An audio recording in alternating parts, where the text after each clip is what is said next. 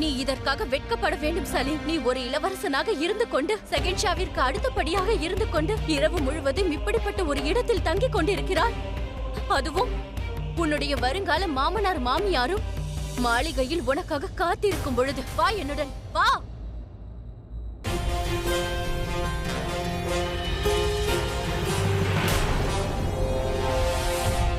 ராஜமாதா அவர்களை தாங்கள் இங்கு வந்திருக்க கூடாது. இது நீங்கள் வரும் இடமல்ல. ஒரு ராஜ்யத்தின் இளவரசனாக இருந்து கொண்டு நீ இங்கு வரலாம், நான் ஏன் வரக்கூடாது? வா இங்கிருந்து.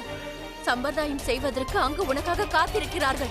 நான் முன்பே தங்களிடம் கூறிவிட்டேன், எனக்கு நிக்கா செய்ய விருப்பம் இல்லை.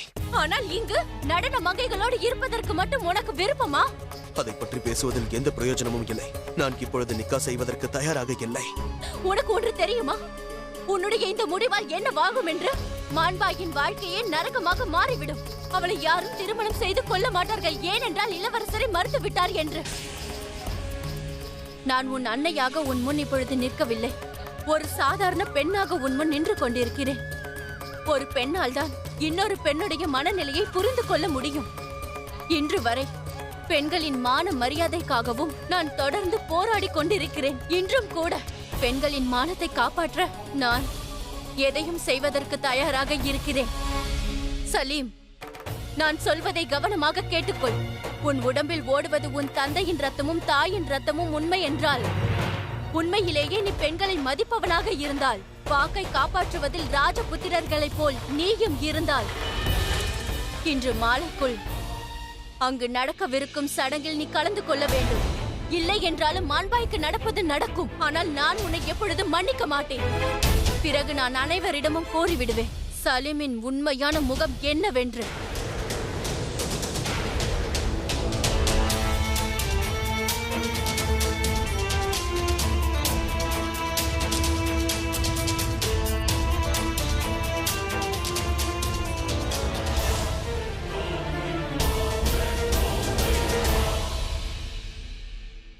இன்று நடக்கும் பேச்சுவார்த்தைக்கு பிறகு ஒரு விஷயம் மிகவும் தெளிவாகிவிடும். அதாவது நமது மகள் மான்பாய் இளவரசரின் மனைவி ஆகப் போகிறாள் என்று. ஆம், ஆனால் இதில் எந்த குறையும் இருந்துவிடக்கூடாது. தாங்கள் கவலைப்படாதீர்கள். அனைத்து ஏற்பாடுகளையும் நானே செய்து கொண்டிருக்கிறேன். ஆனால் ஷெகன்ஷா தான் இப்போது இல்லை. ஒன்றும் பிரச்சனை இல்லை. இது வெறும் சம்பிரதாயம் மட்டும்தானே. கண்டிப்பாக ஷெகன்ஷா வந்தவுடன் தான் நிச்சயதார்த்தம் நடக்கும். சரியாக கூறினாய். வா செல்வோம்.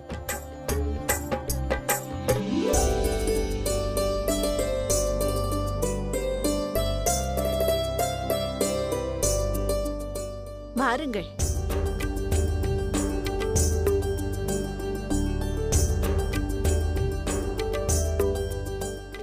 சலாம். சலாம் மகாராணி அவர்களே. இதோ பாருங்கள், தாங்கள் இந்த மோதிரத்தை தானே கேட்டீர்கள்? ஆம், இதுதான். நான் இதை விசேஷமாக மான்பாய்க்காக செய்தேன். சலீம் இதை மான்பாய்க்கு அணிவிக்க வேண்டும். இதை சீர்வரிசையோடு வைக்கிறேன். இதோ ஜோதாவும் வந்து விட்டாள். வணக்கம் அண்ணா. வணக்கம். எங்கு சென்றிருந்தாய் ஜோதா? அது நான்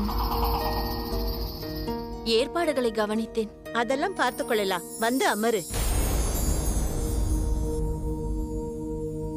இதோ பார், இது நம் மான்பாய்க்காக விசேஷமாக செய்தது.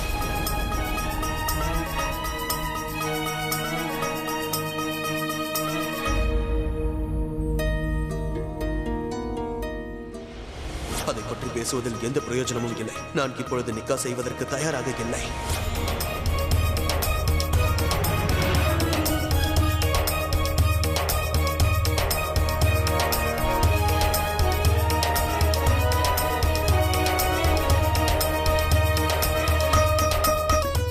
அண்ணா, சற்று என்னுடன் வெளியே வாருங்கள். நான் தங்களிடம் பேச வேண்டும்.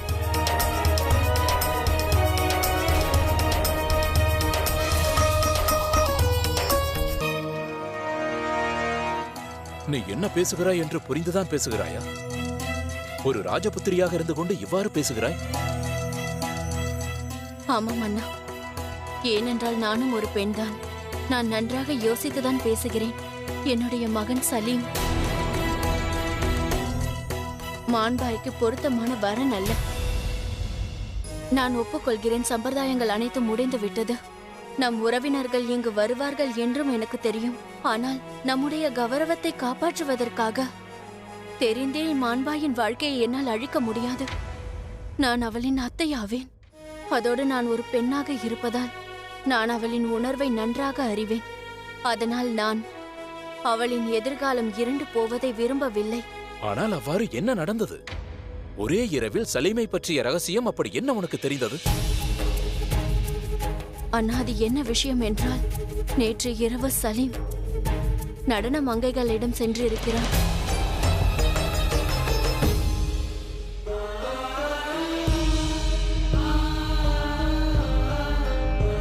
சலீம், இப்பொழுது என் மகன் சலீம் இல்லை. நான் அவனை மிகவும் பண்போடு வளர்த்தேன். அவன் என் வயிற்றில் இருக்கும் பொழுது தாளாட்டி சீராட்டி வளர்த்தேன். 9 வருடம் அவன் என்னை பிரிந்திருந்ததால் என்னுடைய மகன் சலீம் முழுமையாக மாறிவிட்டான் அண்ணா.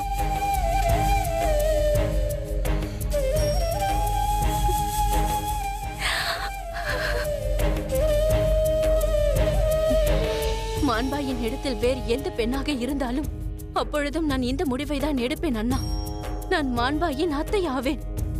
அவள் வாழ்க்கை அழிவதை எப்படி பார்க்க முடியும்? ஆகையால் உங்களிடம் வேண்டிக் கொள்கிறேன் அண்ணா, இந்த சம்பந்தத்தை விட்டு விடுங்கள். இப்பொழுது மிகவும் காலம் கடந்து விட்டது ஜோதா. ஆனால் அண்ணா, ஜோதா, எதுவாக இருந்தாலும் சரி, என்னால் இந்த சம்பந்தத்தை விட முடியாது. எனது மகளுக்கும் ஆமீருக்கும் எந்த கலங்கமும் ஏற்பட நான் விரும்பவில்லை. சலீம் நடன மங்கைகளிடம் சென்றதில் என்ன தவறு இருக்கிறது ஜோதா? ராஜா, மகாராஜா, இளவரசர்களுக்கு இது வாடிக்கைதானே? ஆனால் இதை புரிந்து கொள்ள ஜோதா, இனி ஒன்றும் செய்ய முடியாது. இந்த சம்பந்தத்தை முறித்துக் கொண்டால் என் மகளின் வாழ்க்கை வீணாகிவிடும். அவளை யாரும் திருமணம் செய்து கொள்ள மாட்டார்கள். இந்த உலகம் முழுவதும் எங்களை தூற்ற ஆரம்பித்து விடுவார்கள். நீதான் சலீமிற்காக மான்பாயை என்னிடம் கேட்டு வந்தாய் ஜோதா. நானும் ஒப்புக்கொண்டேன். இப்பொழுது நீதான் உன்னுடைய மகனை நல்வழிப்படுத்த வேண்டும் ஜோதா. வேறு வழியே இல்லை. என் மகள் மான்பாயின் வாழ்க்கை வீணானாலும் பரவாயில்லை. ஆனால் நம் ராஜ்யத்தின் பெருமை வீணாக கூடாது. அனைத்தும் விதிப்படி நடக்கட்டும். நான் அவ்வாறு நடக்க விட மாட்டேன். நான் மான்பாய்க்கு வாக்களித்திருக்கிறேன். அவளுக்கு நண்பனாக இருந்து உதவி செய்வேன் என்று. சலீம் அண்ணாவிற்கு இதை புரிய வைக்க வேண்டும். இந்த விஷயம் மான்பாய்க்கு தெரிந்துவிட்டால் அவள் மனமுடைந்து போய்விடுவாள்.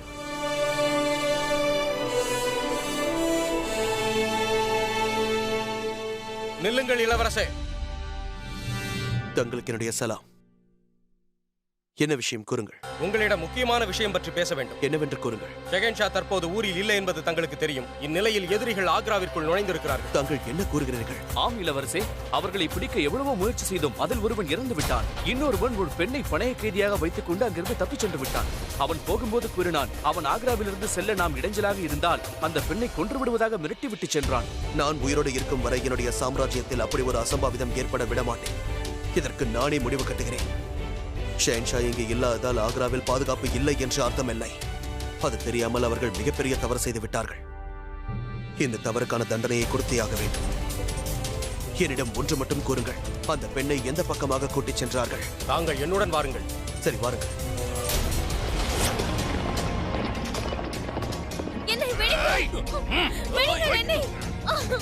என்னை விட்டு விடுங்கள். கேட்க மாட்டாய் நீ. இதுதான் அந்த இடமா? ஆம் இளவரசே. நீங்கள் இருவரும் இங்கேயே இருங்கள். நான் பின்புறமாக சென்று அவர்களை தாக்குகிறேன். நான் கூறும் வரை நீங்கள் இங்கேயே இருங்கள். நான் கூறிய பிறகு தாக்குதலை நடத்த வேண்டும். புரிகிறதா? என்னை விடுங்கள். காப்பாற்றுங்கள். என்னை காப்பாற்றுங்கள்.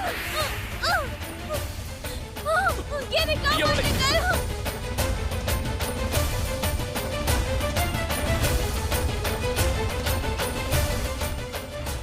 என்னை விடு. என்னை காப்பாற்றுங்கள். யாராவது உதவி செய்யுங்கள். என்னை விடு.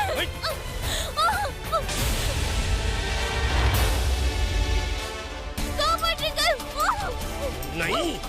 உன்னை எப்படி விட முடியும்? எங்களிடமிருந்தே தப்பிச் செல்ல பார்க்கிறாயா? எங்களை காத்துக்கொள்ள வேண்டும் என்றால் உன்னை தூக்கிச் செல்வது ஒன்றுதான் எங்களுக்கு வழி.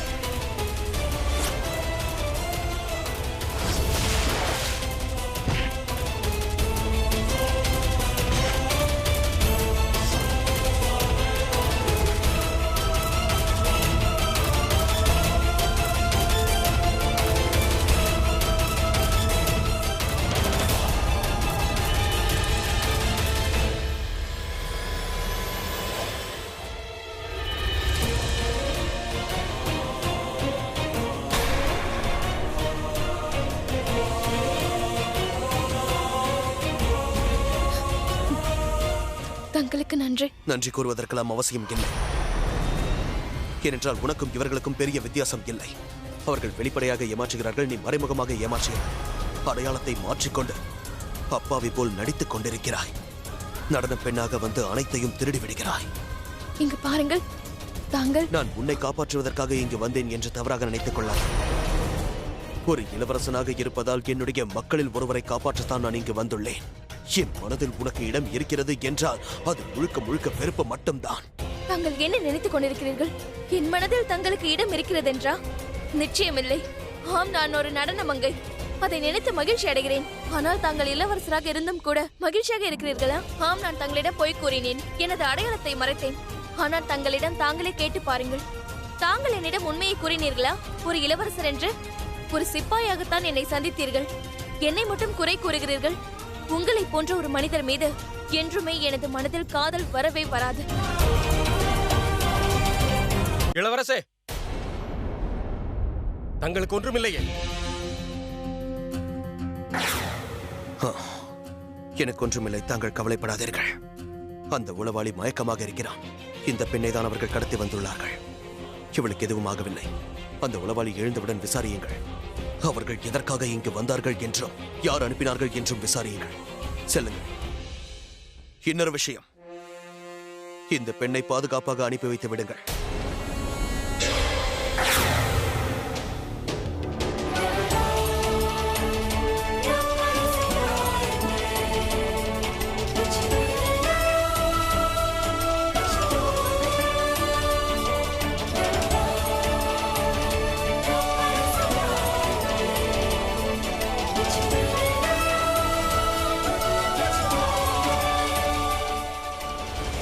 நடன மங்கைதான்.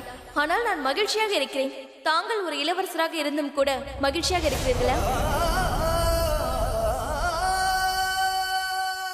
சலாம் அண்ணா. வலைக்கும் அஸ்ஸலாம்.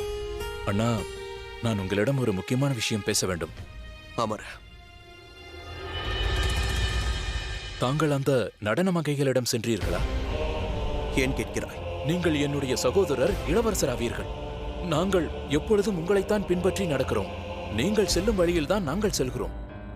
தாங்கள் அந்த நடன மங்கைகளிடம்... தானியல், என்னுடைய மனநிலை இப்பொழுது எவ்வாறு இருக்கிறது என்று உனக்கு தெரியாது. அங்கு சென்று விட்டால் மட்டும் உங்கள் கவலை தீர்ந்து விடுமா என்ன? உங்களுக்கு ஏதேனும் பிரச்சனை என்றால் என்னிடம் கூறுங்கள். உங்கள் பிரச்சனையை தீர்ப்பதற்காக என் உயிரை கொடுக்கவும் தயாராக இருக்கிறேன். தங்களுக்கு இந்த திருமணத்தில் விருப்பமில்லையா? ஒருவேளை நீங்கள் ஆமீரில் பார்த்த அந்த பெண்ணை இன்னும் காதலிக்கிறீர்கள்? நான் அந்த பெண்ணை விரும்பவில்லை. என் மனதில் அவளை பொறுத்தவரை வெறுப்பு மட்டும்தான் உள்ளது. அப்படி என்றால் நீங்கள் நடன மங்கைகளிடம் எதற்காக சென்றீர்கள்? அவர்களை பற்றி தாங்கள் இவ்வளவு உயர்வாக நினைக்கும் பொழுது, அனைவரும் கேவலமாக பார்க்கும் நடன மங்கைகளுக்கே இவ்வளவு உரிமை கொடுக்கும் பொழுது, பிறகு மான்பாயை பற்றி ஏன் யோசிக்கவில்லை? சாதாரண நடன மங்கைகளுக்கு நியாயம் வழங்கிவிட்டு மான்பாய்க்கு மட்டும் எதற்காக அநீதி அளிக்கிறீர்கள்? உங்கள் இருவருக்கும் நிச்சயதார்த்தம் நடக்கும் பொழுது தாங்கள்... மான்பாய் உங்களை மிகவும் நேசிக்கிறாள். அவள் உங்களை மகிழ்ச்சியாக வைத்துக் கொள்வாள். தாங்கள் அவள் மனதை காயப்படுத்தி விடாதீர்கள். உங்கள் மனது உடைந்தது எனக்கு தெரியும். அதோடு உடைந்த மனதின் வேதனை உங்களுக்கு நன்றாக தெரியும். நீங்கள் மான்பாயின் மனதை உடைத்து விடாதீர்கள். அவள் பாவம், அப்பாவி. யாரோ செய்த தவறுக்கு அவளை தண்டித்து விடாதீர்கள்.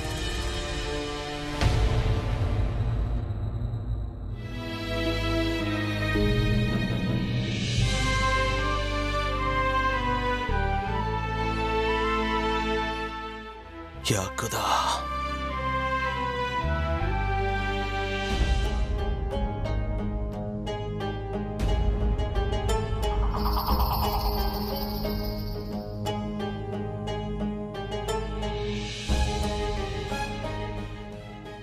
என்னவாயிற்று ஜோதா? சலீம் எங்கே? தயாராவதற்கான நேரம் வந்துவிட்டதல்லவா?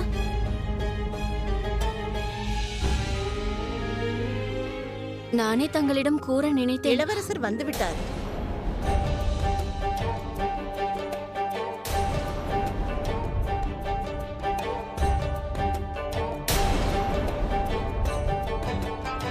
அஸ்ஸலாமு அலைக்கும் பாட்டி அவர்களே. வலைக்கும் அஸ்லாம். நீ எந்த குறையும் இல்லாமல் வாழ வேண்டும். எங்கு சென்றிருந்தாய் சலீம்? நான் ஒரு முக்கியமான வேலைக்காக சென்றிருந்தேன்.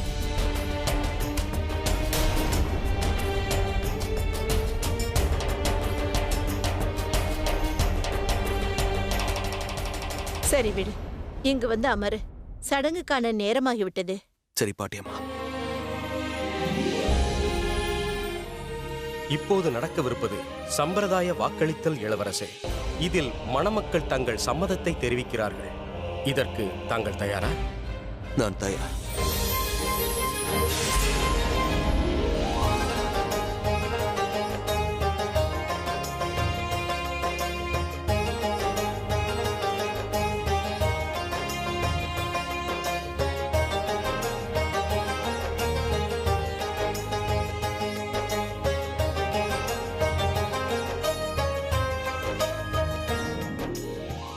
இளவரசே, தங்களின் விவாகம் ஆமீரின் ராஜகுமாரி மான்பாயுடன் முடிவாக உள்ளது. தாங்கள் அதை ஏற்கிறீர்களா?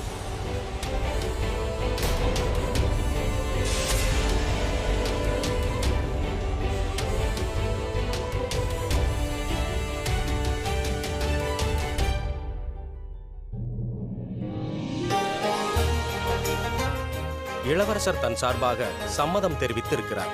வாழ்த்துக்கள். உங்களுக்கும் எனது வாழ்த்துக்கள்.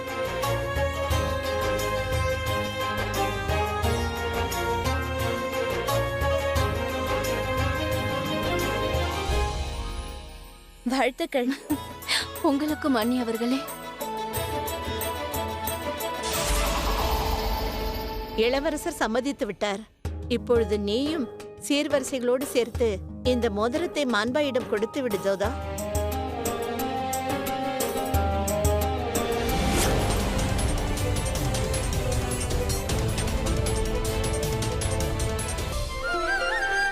என்னவாயிற்று ஜோதா? என்ன யோசிக்கிறாய்? ஒன்றுமில்லை மோதி.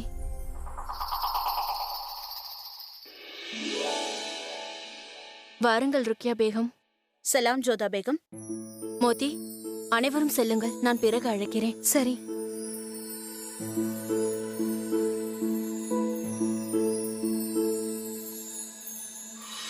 ஜோதா பேகம், ஷெஹன்ஷா காபூலுக்கு சென்றதிலிருந்து நானும் தங்களை பார்த்து கொண்டிருக்கிறேன். தாங்கள் ஏதோ கவலையில் இருக்கிறீர்களே, ஏதேனும் பிரச்சனையா? இல்லையே ருக்கியா பேகம், அதெல்லாம் ஒன்றுமில்லை. என்னிடம் ஏன் சொல்ல போகிறீர்கள்? என்னைதான் தங்களுக்கு பிடிக்காதே. ருக்கியா பேகம், அப்படியெல்லாம் ஒன்றுமில்லை. வந்து இந்த ஆடைகளை பாருங்கள். வாருங்கள், நான் காண்பிக்கின்றேன். இதோ பாருங்கள் ஜோதா பேகம், தங்கள் பிரச்சனையை என்னிடம் பகிர்ந்து கொள்ள கூடாதா? ஜோதா பேகம், ஷெஹன்ஷாவும் இப்பொழுது இங்கில்லை. ஆனால் நான் இருக்கிறேனே. தங்கள் மனப்பிரச்சனையை என்னிடம் கூறலாமே. முடிந்தால் நான் உதவி செய்வேன் அல்லவா? நான் என்னவென்று கூறுவது ருக்கியா பேகம்? சலீமை நினைத்து எனக்கு கவலையாக இருக்கிறது. முதலில் அவன் இந்த திருமணத்தை வேண்டாம் என்று கூறினான். பிறகு ஒப்புக்கொண்டான். அவன் மனதில் என்ன நினைக்கிறான் என்று புரியவில்லை. ஆனால் ஜோதா பேகம், தாங்கள் தானே சலீமுக்கு மான்பாயை பிடித்திருக்கிறது என்று கூறினீர்கள். ஆம், நானும் ஷெஹன்ஷாவும் அப்படிதான் நினைத்தோம். நாங்கள் தவறாக புரிந்து கொண்டோம் என்று நினைக்கிறேன். அந்த நெற்றிச்சடையை அணிந்திருந்த பெண் மான்பாய் என்று நினைத்தோம். ஆகையால் தான் நாங்கள் இந்த முடிவை எடுத்தோம். ஆனால் புரியவில்லை. சலீம் முதலில் திருமணத்தில் விருப்பமில்லை என்று கூறினான். இப்பொழுது ஏற்றுக்கொண்டான். அவன் மனதில் என்ன நினைக்கிறான் என்று தெரியவில்லை ருக்கியா பேகம். உனக்கு எதுவும் தெரியாது, ஆனால் எனக்கு அனைத்தும் தெரியும். ஆனால் நான் எதையும் உன்னிடம் கூறப்போவதில்லை. சலீமின் மனதில் இருப்பது மான்பாய் அல்ல, ஒரு நடனக்காரிதான். அவனுடைய முதல் காதலி.